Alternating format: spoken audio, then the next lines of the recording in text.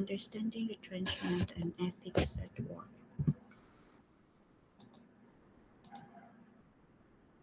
So we'll be talking two parts here. First is the retrenchment, and then second is ethics at work.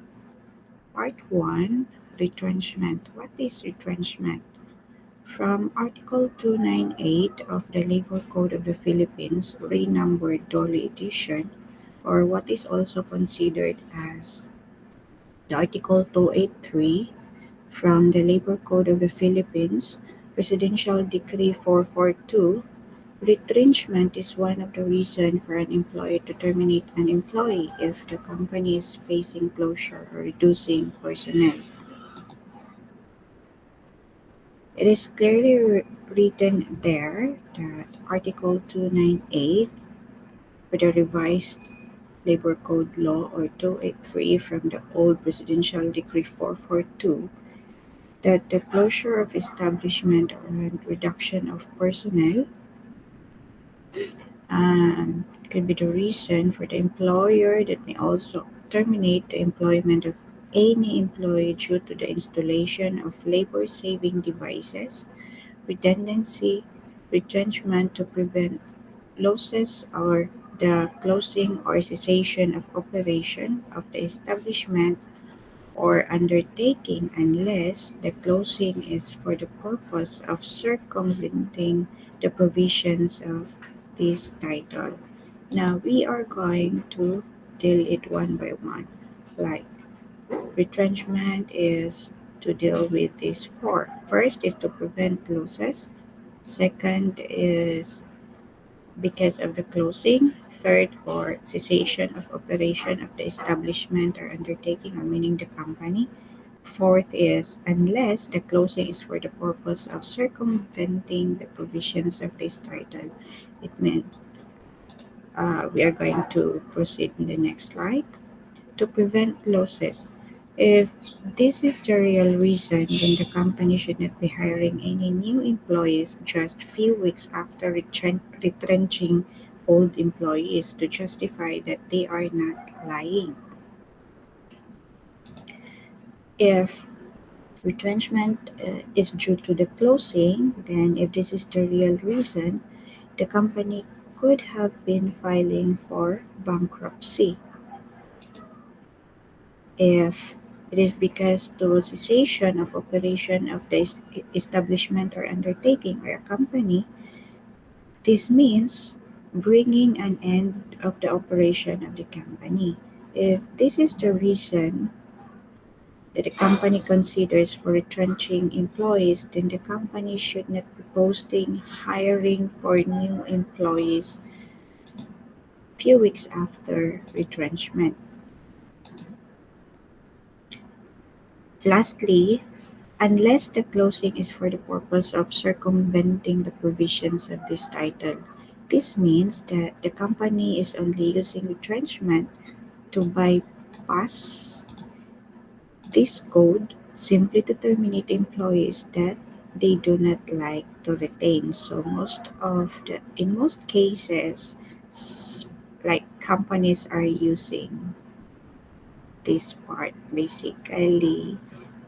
Um, I even knew one company that is like using um, retrenchment as like to bypass this code by simply terminating their employees that they do not like to retain.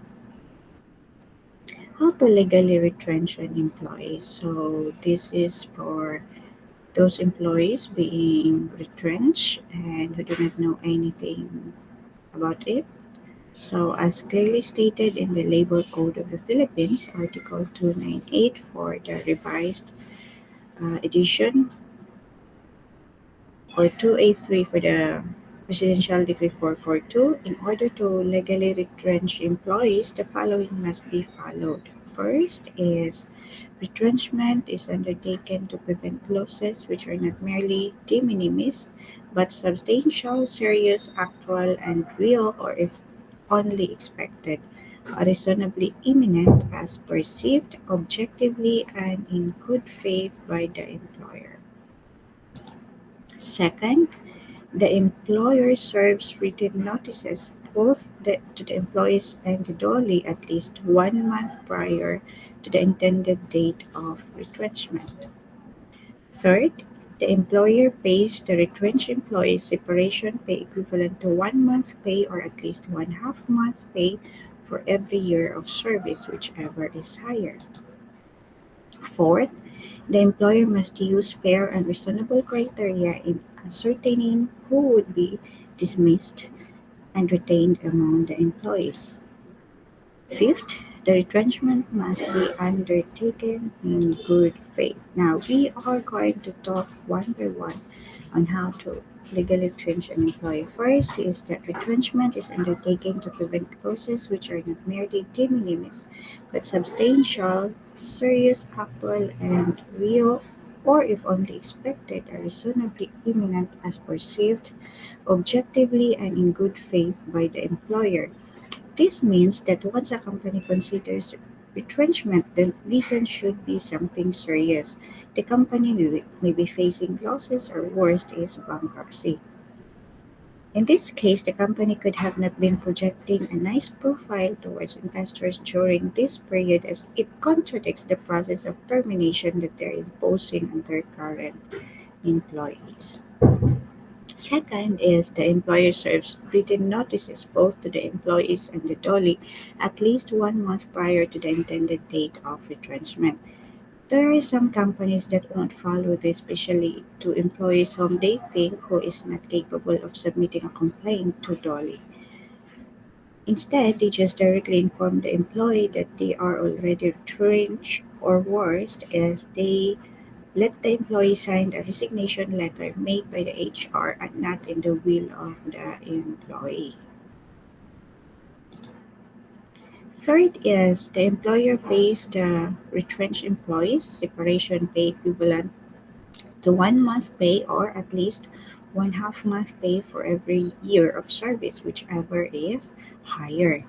If the company considers retrenchment as the reason of termination, then it is clearly stated that the company should give that the company should give an equivalent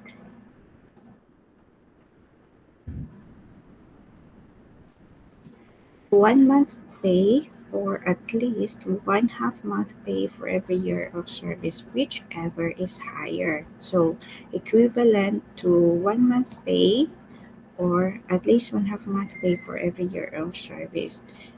Um, I'm curious to a company that I know of why they are giving only a half month pay of retrenchment to the retrenched employees when these employees could have been receiving a full 1 month pay since it is the one in higher amount. Maybe they're just trying to bypass the law again. Fourth is the employer must use fair and reasonable criteria in ascertaining who would be dismissed and retained among the employees. Fair and reasonable criteria should always be followed. However, some companies should also check the people managing the company as they might be giving an unjust evaluation to employees considered on the list for retrenchment.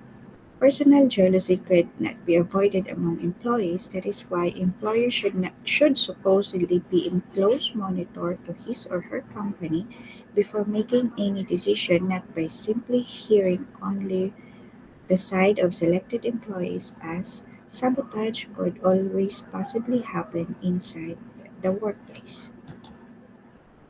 Fifth, the retrenchment must be taken in good faith. Due to lack of capabilities of some employees being illegally terminated to fight for their right according to labor code, then some companies are now making retrenchment as an excuse to fire employees in a just manner. It could be due to people managing the company and not through the owner, but whoever is the author of the list of employees to be retrenched. Still, the company is subjected to undertake retrenchment in good faith. Now we'll proceed to part 2, ethics at work. Based on the Code of Ethics, it shall be considered unprofessional for an engineer to attempt to injure falsely or maliciously, directly or indirectly, the professional reputation, prospects, or business of another engineer. And according to the fundamental principles, being honest and impartial and serving with fidelity the public, their employers or employees and clients, the engineer should follow these fundamental principles. And that is just one of the fundamental principles. So we have a sample situation here. As an engineer, what are you going to do if your fellow engineer is giving you false accusations which resulted to the termination of your employment? What you're going to do is simply always follow what is legal and just. First thing you need to do is to gather proof of your innocence against the accusation. Once you have all these proofs, if you want to regain your employment, then you can contact your employer or prove that you are not guilty. However, if all you wanted to happen is to make your name clear from any negative allegations, then you should get an advice from a lawyer on how to file a suit against the person causing you the defamation. So our sources are the Labor Code of the Philippines renumbered Dole edition, then the Labor Code of the Philippines Presidential Decree 442, and Code of Ethics for Civil Engineers. That is all. Thank you.